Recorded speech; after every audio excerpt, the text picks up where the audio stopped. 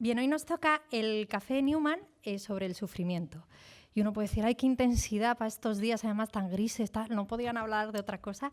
Pero a mí me parece que es un tema que puede ser luminoso, en el sentido de que es un tema que nos toca a todos sufrirlo. Y por lo tanto, si nos toca a todos, lo luminoso es poderlo compartir, ¿no? No hay nada más oscuro que cuando todo el mundo sufre de lo mismo, pero todo el mundo está callado porque eso no sale a la luz. Entonces te sientes, ahí sí que te sientes sufriente, ¿no? Pero si es algo que todos compartimos, y esto es lo que vamos a sacar también aquí a la luz, ¿no? Lo compartimos todos. En esto podemos ponernos todos en línea. En esto puede haber un tema de diálogo, de tertulia, o es algo muy extravagante, solamente para aquellos que se hacen mucho lío en la vida, pero no es un tema que nos toca a todos, ¿no? Bueno, pues decíamos que hay muchas preguntas. Si habéis visto los carteles, pues hay carteles hay folios de todo tipo, ¿no? Están aquellos folios que están arrugados, otros que están pintados, otros que están rasgados, y la pregunta constantemente es la misma. ¿Y con esto yo ahora qué hago? Porque vosotros sabéis que un folio que está roto, por mucho que luego le pongamos celo, ya no es lo mismo, ya no te apetece escribir en él. Es como que está ya mal, ¿no? Pero hacíamos la imagen de que esto es lo que nos sucede a todos desde el momento en el que empezamos a vivir.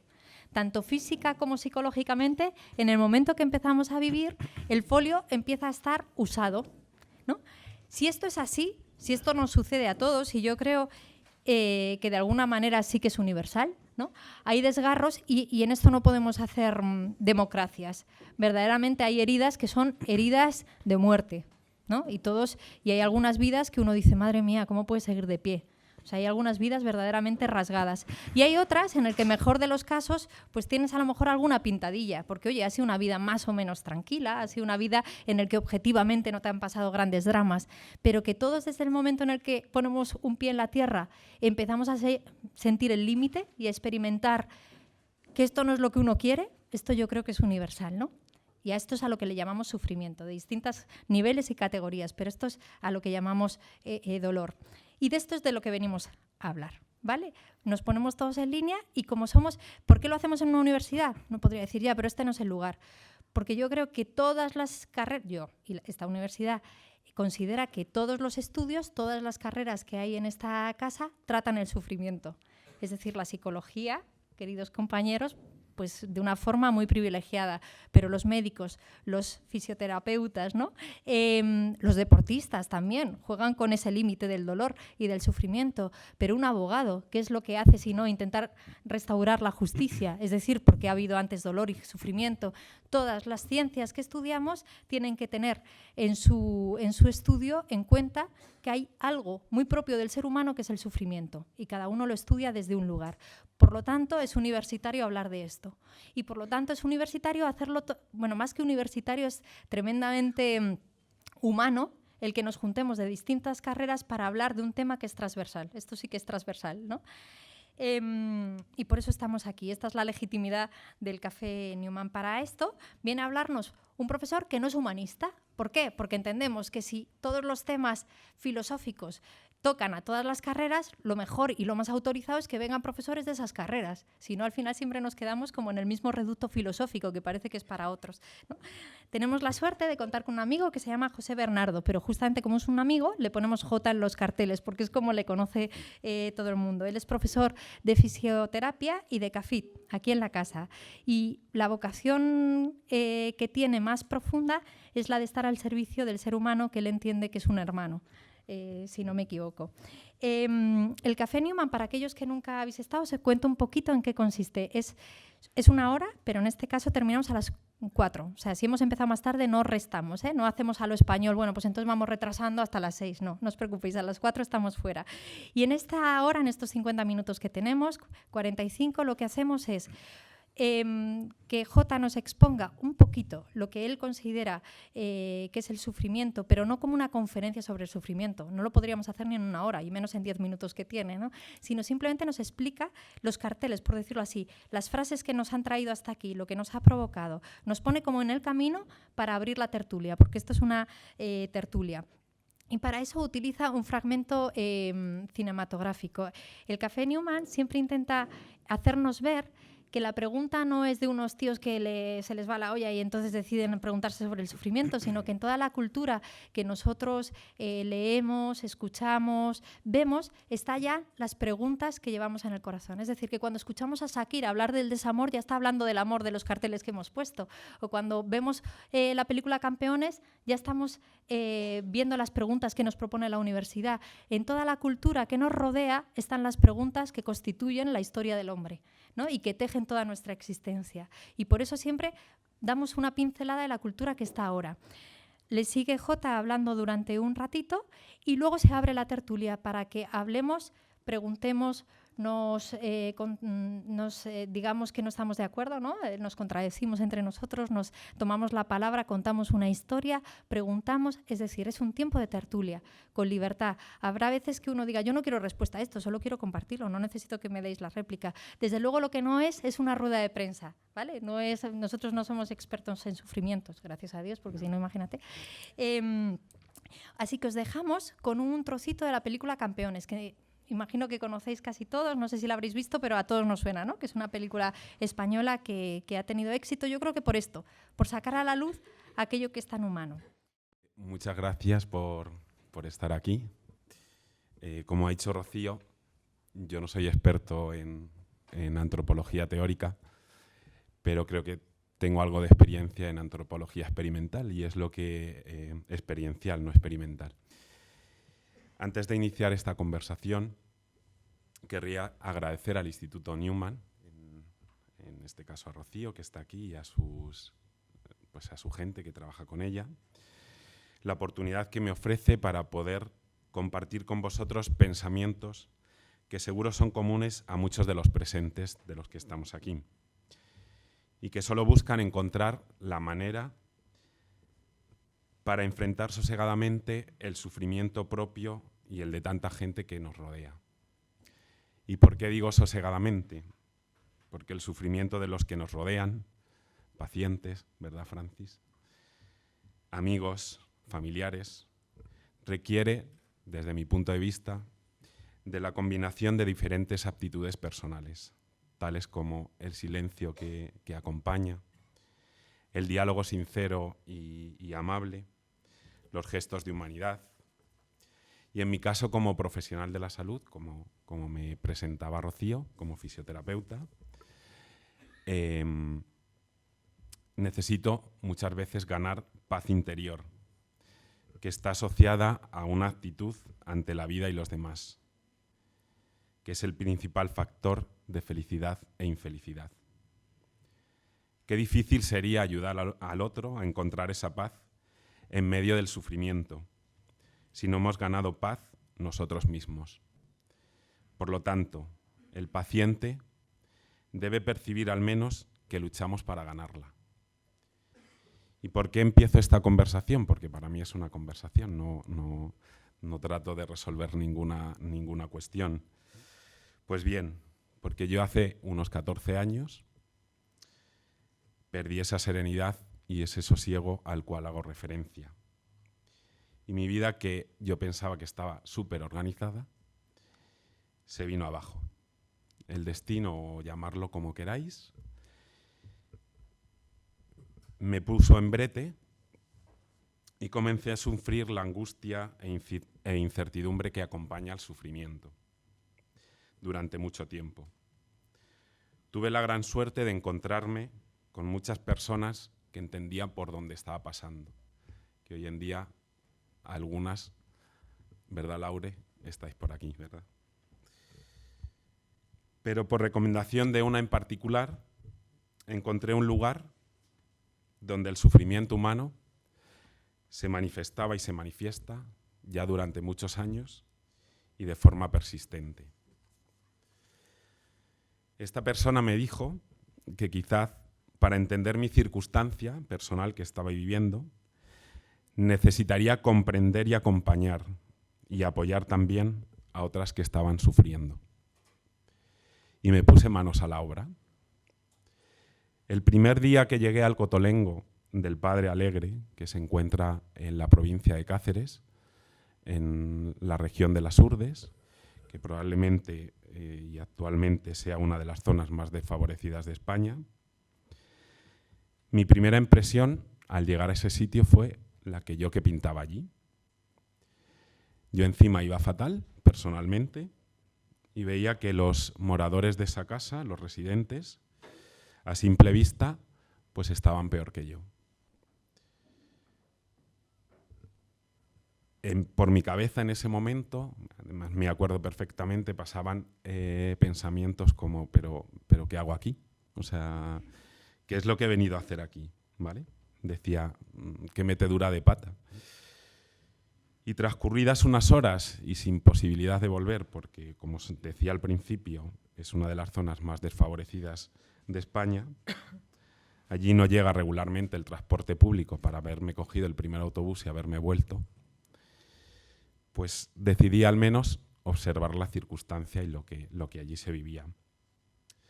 Y en esa observación detecté cómo los acogidos, como así les llamamos, como el personal que les asiste, eran felices desde su estado y posición.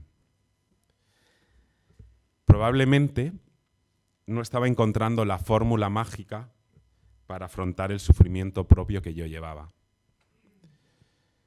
puesto que mi estado anímico era el mismo. Pero surgió en mí un despertar a una nueva realidad, que me hacía salir de mí mismo. Lo primero, surgieron en mí preguntas del tipo, ¿por qué yo no? Y yo estaba sufriendo, pero al verles yo decía, ¿por qué yo no? ¿Por qué no? Y también me surgía otra pregunta, que era, ¿cómo me gustaría a mí que me tratasen si yo me encontrase en la misma disyuntiva en la que estaban ellos? Estas preguntas me hicieron salir de mí mismo. Y pasé de esa observación que os decía a la acción. Y aquí están mis sufrientes, mis folios rotos que habéis visto en la publicidad que Alba, cuando me dio la idea, me parecían perfectos, mis folios rotos, mis protagonistas de campeones, por eso he elegido este trozo de película, quienes cada vez que vamos, lo único que les importa y lo que te preguntan es cuánto tiempo te vas a quedar con ellos. Quienes realmente me abrieron las puertas del conocimiento profundo de la vida. En definitiva, mis amigos, ¿vale? Y os los voy a presentar. Vamos a ponerle cara a alguno. Alguno de aquí ya les conocen, pero me gusta presentarlos. Os invito a que veáis sus caras, sus gestos poco, pero sobre todo su mirada, su sonrisa. Y os invito sobre todo a mirar sus rostros, su sonrisa. La primera de ellas es Salomé y impresiona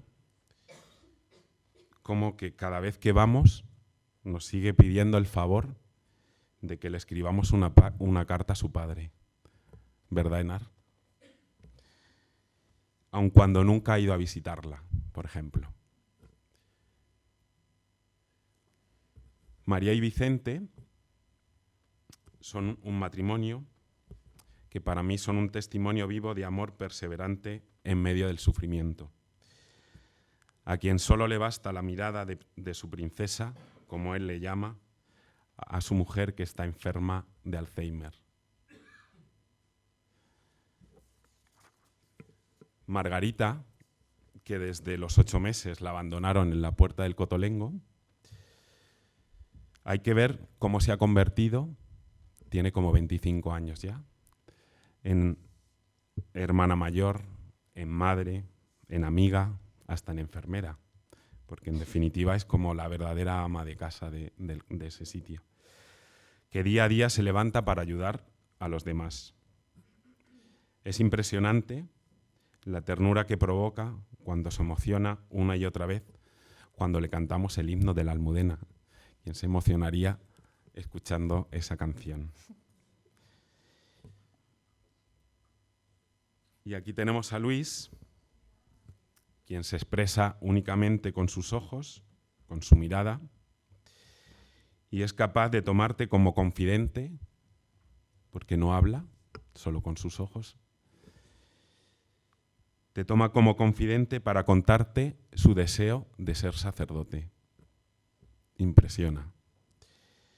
Solo quien le mira con unos ojos puros como los suyos es capaz de entablar conversación con él. Y así, unos 45 enfermos que hay en la casa. Por último, y para acabar mi intervención, me gustaría ser voz de alguien que va por delante de mí, al menos, eso creo yo, en eso de entender lo que es el sufrimiento. Ya hace mucho tiempo que se comprometió con la entrega de su propia vida a él. Os voy a leer el testimonio de una persona que vive diariamente con ellos.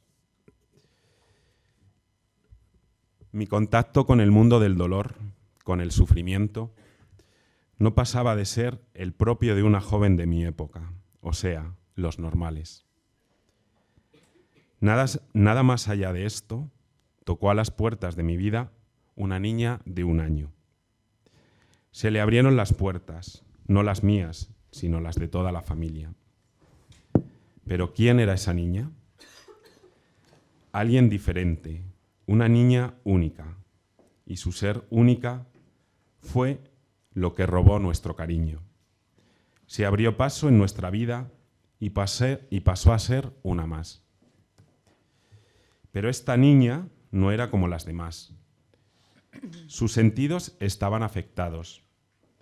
No veía, no oía, no podía caminar, no sonreía. Su corazón estaba enfermito y ya había pasado por quirófano. Y ante este panorama, ¿cómo decir que nos robó el corazón? Pues sí, así es. El corazón no entiende de razones.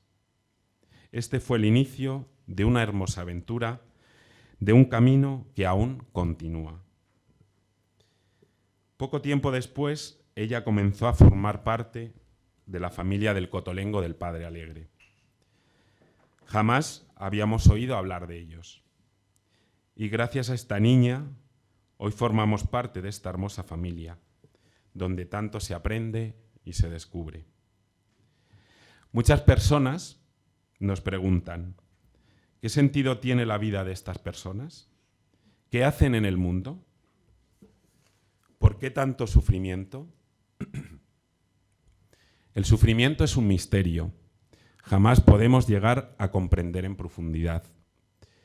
Solo podemos acercarnos a él de puntillas, con el respeto que se merece toda persona. Y sobre todo, y más aún, toda persona que sufre. Ante estas preguntas, yo suelo responder que la vida de estas personas tiene un valor incalculable. Algo de lo que estoy convencida, porque lo he vivido en propia persona y lo he palpado en muchos otros. Es que ante una persona que sufre, tú sacas lo mejor de ti. Nos hace descubrir potenciales que a lo mejor no sacaríamos de nosotros de otra forma. Ante un enfermo profundamente limitado, he visto desplegar a otros una ternura y un cariño inimaginable. Algo que escuchamos casi a diario es: yo venía a dar y me voy habiendo recibido mucho más. ¿Qué necesitamos como personas para ser felices? Tener nuestras necesidades básicas cubiertas y ser amados. Nuestros acogidos tienen sus necesidades cubiertas y son amados. Pero ahí está lo maravilloso de esto. Son amados por ellos mismos. No porque sean guapos, listos, tengan carrera, un porvenir estupendo. No. Ellos son amados por ellos mismos. Porque sí. Ahora me pregunto, realmente, ¿cuánta gente aquí fuera en el mundo puede decir que es amado por sí mismo? La hay, claro que sí, pero no es lo que prima. El valor de la persona, su dignidad, está más allá de los cánones de este mundo. Y eso es lo que la hace valiosa y digna de ser vivida. Y eso es lo que da felicidad. Aquí somos felices. Estamos rodeados de dolor, de sufrimientos, de enfermedad. Pero todos se preguntan, ¿y cómo es posible que se respire tanta alegría en esta casa de dolor? Porque hay algo más. Hay amor. Un amor que no viene de nosotros, sino de Dios, y es el que da sentido a nuestras vidas. Hay más alegría en dar que en recibir, y todos en la vida, de una forma u otra, en un momento u otro, lo hemos experimentado. Si eliminamos de nuestras vidas el sufrimiento, si desterramos todo lo que nos parece que estorba en nuestra felicidad, estaremos cercenando algo muy grande y al final nos empobreceremos. Nuestros acogidos son ricos, no en dinero, no en salud física, sino en amor. Y eso, puesto en una balanza, vence todo lo demás. Todo esto y mucho más es lo que trajo esta niña a mi vida, y no solo a la mía, sino a la de muchos. Bendito sea Dios que se valió de su preciosa pequeñez para darle un sentido nuevo y más bello a mi vida. Muchas gracias, chicos. Muchísimas gracias, Jota. Yo agradezco mucho la pedagogía que ha hecho Jota en este ratito con nosotros, porque creo que tiene mucho que ver con la dinámica existencial del Newman, ¿no? Uno se mira a sí mismo, ve lo que es y sale y pone rostros concretos, que es lo que ha hecho, ¿no? Salomé, Margarita, es decir, no son folios, los folios ya sabéis que son una imagen. Lo que nos duele son los rostros y las caras. Y eso es lo que ha hecho Jota, y es muy valioso porque si nos miramos solo a nosotros no encontramos respuestas, si miramos solo a los demás y no somos capaces de mirar lo que nos pasa tampoco las encontramos, pero en este ir y venir a mí me parece que es lo más universitario, ¿no? También os quería hacer que prestarais atención a lo que nos rodea. Es una exposición de la Rosa Blanca, no sé si conocéis. Muchos de vosotros, algunos dicen sí, te lo ha dicho tu profesora. La Rosa Blanca es un grupo de jóvenes universitarios alemanes que tuvieron el valor, porque había que tener valor de oponerse al régimen nazi, ¿no? Ahora aquí sentados es fácil, pero siendo coetáneos de ello no lo era. Y sin embargo, vieron que la libertad llegaba hasta ese extremo, hasta poder dar la vida por lo que creían. Por lo tanto, el sufrimiento en ellos estuvo, pero la luz que podía sostener su sí era mucho mayor, y eso es lo que os rodea aquí, ¿no? Son cartas de esos jóvenes que, ya sabiendo que iban a ser ejecutados, pues escribían a su madre o a sus familiares o a su esposa y sus hijos, y realmente son valiosísimas. Y sobre todo es que eran universitarios como nosotros. Por lo tanto, tienen algo que decirnos. A esto me refiero, prestar oído y mirada a aquellos que están fuera, que saben un poquito también de esto, es decir, de la vida, y volver a lo nuestro. Pero si no hacemos el recorrido desde Salomé y desde Margarita de volver a lo nuestro, realmente también nos estamos quedando en un toreo de salón, con perdón. O sea, si nos vamos a cotolengo, pero no volvemos a nuestros cotolengos y cada uno sabrá los que tiene, no solamente interiormente, sino los rostros que ama y que le hacen sufrir en la vida, porque cuando uno es hermana de otro, pues sufre más, ¿no? Y ahora Jota, imagino que sufre más por aquellos que al principio veía como un laboratorio a ver qué me van a dar para entender yo mi sufrimiento, y ahora ya mi sufrimiento no sé dónde se ha quedado. Lo que me duele es el de ellos, porque te haces hermano de los demás, ¿no? Pero si no hacemos este recorrido de ida y venida muchas veces en nuestra vida, nos quedamos sin hacer un recorrido que yo creo que es el que nos propone la universidad. Y para eso estamos aquí. Hemos dejado poquito tiempo, la verdad, pero yo creo que es un tiempo valioso para, si alguno de vosotros quiere participar, pues que lo puede hacer. Hay un micro que tiene María y que os irá pasando. Siempre cuesta, siempre, pero nunca nos movemos, nunca los silencios nos mueven, así que no os penséis que por estar callados vamos a levantarnos. Cuesta porque es un tema tan potente que a veces uno no tiene las palabras para hablar, otras veces no le apetece compartir y no pasa nada. El Café Newman también es para escuchar. y otras veces es porque nos parece que va a ser poco interesante, pero ese no es el caso. Esa tercera hipótesis aquí no se cuenta. Y más que plantear una cuestión, quería felicitar a Jota. Yo a Jota lo conozco hace poco tiempo y me ha impresionado muy agradablemente su exposición. Yo creo que tendría que haber muchos más profesores como Jota, porque claro, la universidad no puede ser un compendio, colección de profesores que comuniquen nociones cognitivas, ¿no? Qué importante en una carrera biosanitaria que un profesor impregne de emociones el contenido de lo que comenta. Y yo creo que nos ha demostrado Jota que es un maestro absoluto en emociones del que hay que aprender. Muy importante para un médico, un psicólogo, un fisioterapeuta. Hay que tener empatía, ¿no? Yo le comento a mi alumno, y me ha recordado Jota cuando estaba hablando, que tenemos una gran parte del cerebro dedicada a las emociones, pero no la utilizamos, ¿no? El giro cingular y el lóbulo límbico tienen mucha más extensión que todas las áreas corticales motoras juntas del cerebro. Todo el día estamos moviendo músculos y en cambio la parte emocional la tenemos sinceramente atrofiada. Yo espero que mi parte emocional, oyendo a Jota esta tarde, se vea estimulada, porque la verdad es que me ha encantado y me consta que realiza experiencias humanitarias de acercamiento al que sufre, que no es algo que diga de palabra, me consta que es así. Y de verdad que me gustaría, empezando por mí mismo, que aprendiéramos de Jota a implementar e impregnar de emociones nuestros contenidos teóricos de las materias, ¿no? O sea que enhorabuena, Jota, la verdad es que me ha encantado. Gracias.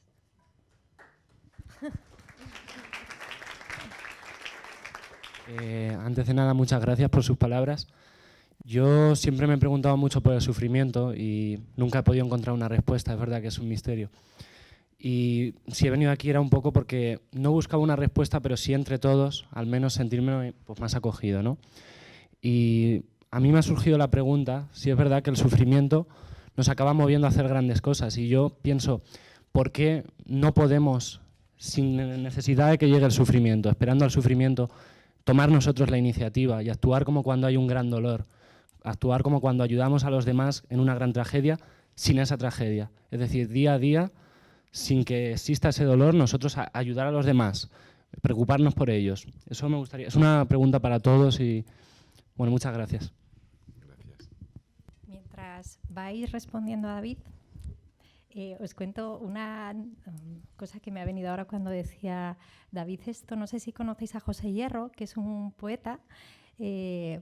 Pues hace muchos años le entrevisté y él decía una cosa que siempre se me ha quedado y yo le llamo el método Hierro, que él decía, cuando yo paseaba por el Sardinero, que era su playa de Santander, siempre me aburría muchísimo. Este señor pues es de los años 20. Me aburría muchísimo, pero en ese momento, y ahí es donde veo que ya era un poeta, porque reflexionar de adolescente ya en esto es mucha tela, pero él decía, siempre pienso, habrá un momento en la cama de un hospital que esté agonizando y daría toda mi vida por volver al Sardinero a aburrirme, ¿no? Entonces, en ese momento decidí empezar a vivir así, como si ya estuviera en esa cama de hospital, es decir, con ese sistema de futuro al pasado, ¿no? Que de alguna manera es lo que tú nos estás diciendo, David, coger la intensidad de la vida sin necesidad de los hechos que la denotan, ¿no? Creo que el sufrimiento es algo que está muy presente en todas las personas, es algo muy humano. Bueno, soy Jorge de Psicología, que se me ha olvidado presentarme. Y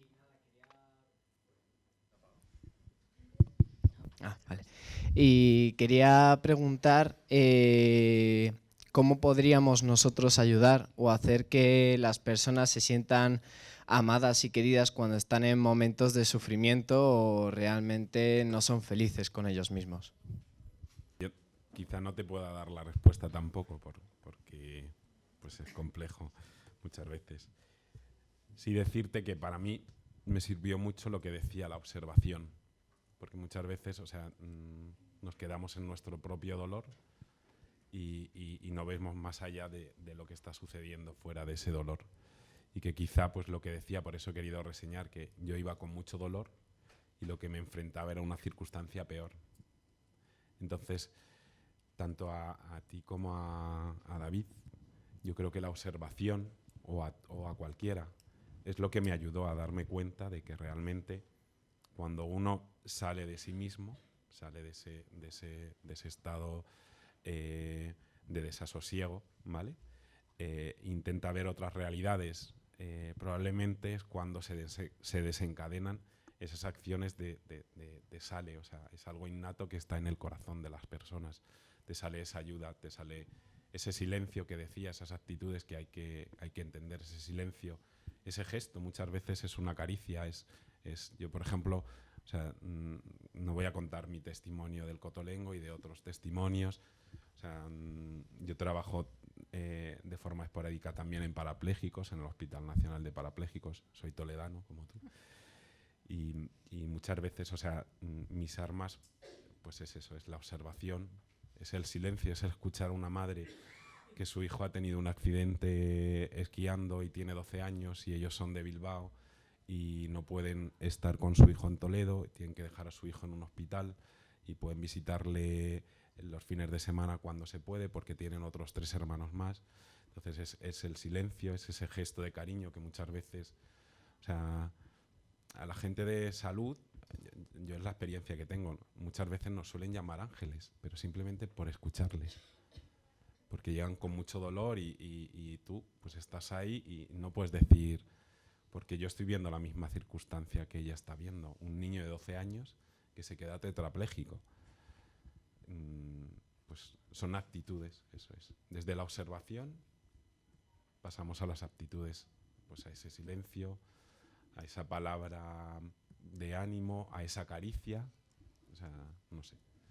Es mi experiencia personal, ¿eh?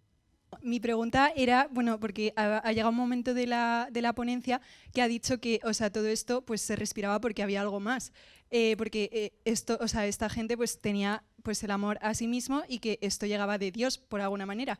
Yo estoy plenamente de acuerdo en eso, pero tengo una pregunta y es, o sea, ¿cómo puedes como acompañar a otra persona que está pasando por una situación parecida, pero que a lo mejor no tiene a Dios en su vida? O sea, ¿cómo afrontar esta situación? ¿Cree que es posible o cree que solo la gente como cristiana y creyente puede darle este sentido al sufrimiento?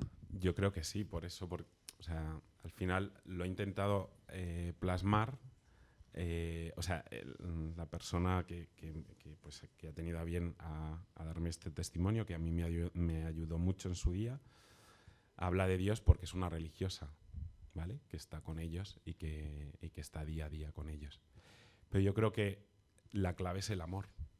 O sea, yo creo que una persona, y esto quizá es abrir un melón que no puedo abrir porque igual a lo mejor, pero una persona que está pensando que su vida no tiene sentido porque ve que los de alrededor pues hay discordia, no se sabe qué hacer con ella, es una carga y ve esa circunstancia, su vida no tiene sentido.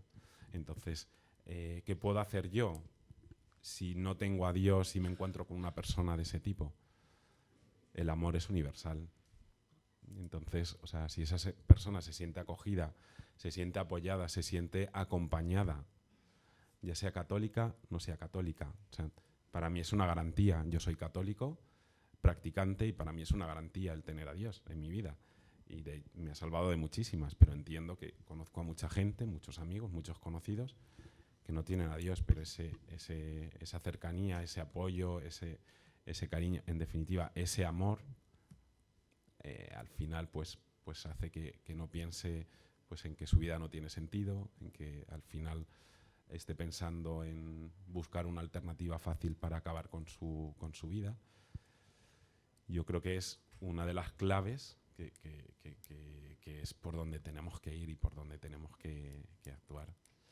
El mundo de la salud lo tiene fácil, O sea, ojalá hubiese mucha gente como vosotros, como la gente que os formáis aquí, y gracias a Dios que existe esta universidad para recordárselo. Y aunque no doy, ya lo decía al principio, de antropología y esas cosas, no tengo ni idea, pero de experiencias algo tengo. Entonces,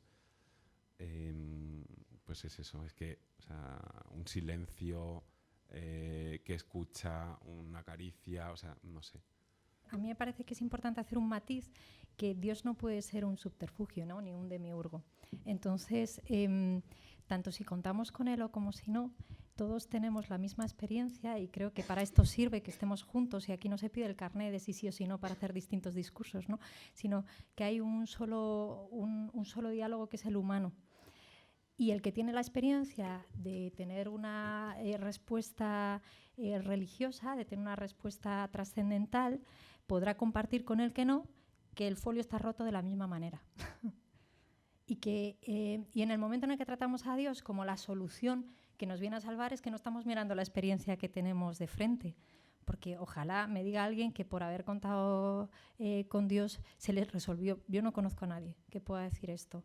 Y los que estéis aquí en la sala, que sois cristianos o religiosos, me diréis que exactamente igual, ¿no? Entonces, también como universitarios que somos, que se nos exige una reflexión, tengamos cuidado.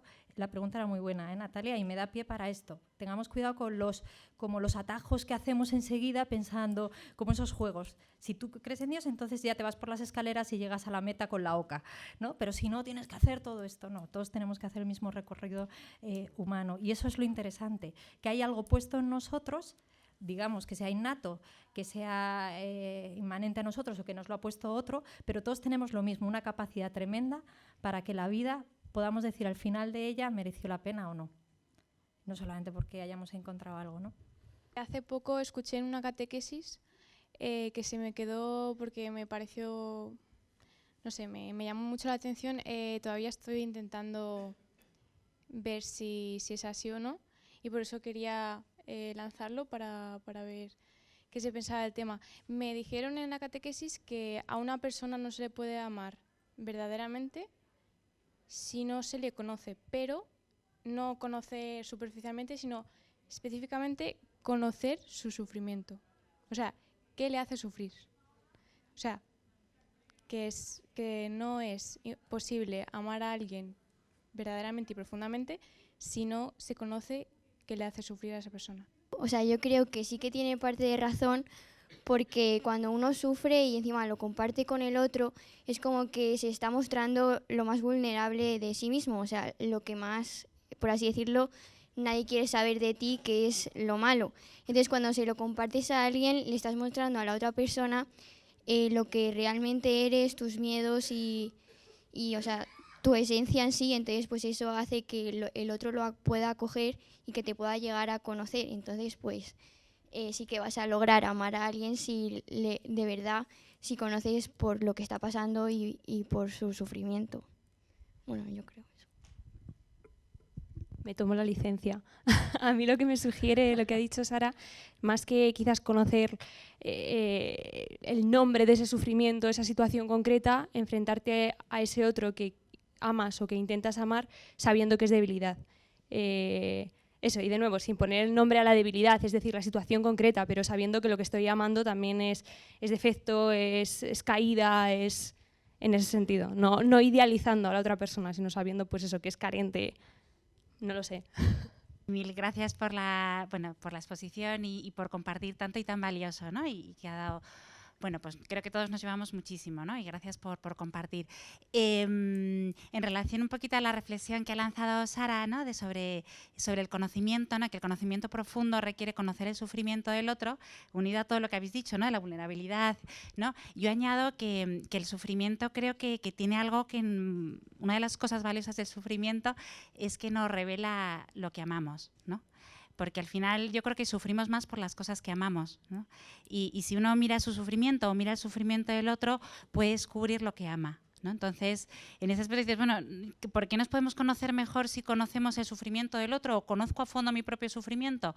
Porque el sufrimiento me permite conocer verdaderamente lo que yo quiero, ¿no? Porque es lo que más me va a doler, ¿no? Entonces, es verdad que yo creo que siempre escapamos del sufrimiento, pero en verdad si escapamos de él, nos perdemos amar, ¿no? Porque yo creo que van unidos, ¿no? No hay, es cara y cruz, no lo podemos perder, ¿no? Entonces, bueno, creo que eso lo has explicado fenomenal, porque el testimonio al final es un testimonio de sufrimiento lleno de amor, ¿no? Entonces, bueno, pues así ha sido. Gracias. Muchísimas gracias por haber venido, especialmente a los que venís del mundo del motor, de la autónoma. Gracias por venir a casa, gracias a todos. Lo siguiente sería el Café Newman del Amor, que también es interesante, yo creo. Además, hemos dado paso muy bien sufrimiento, amor. Pues el amor el 12 de febrero, ahí en vísperas de San Valentín. Por último, darte las gracias, Jota, por ahora ya ser un hermano más del Newman, por haber puesto palabras, y muchísimas gracias a todos. Buena tarde.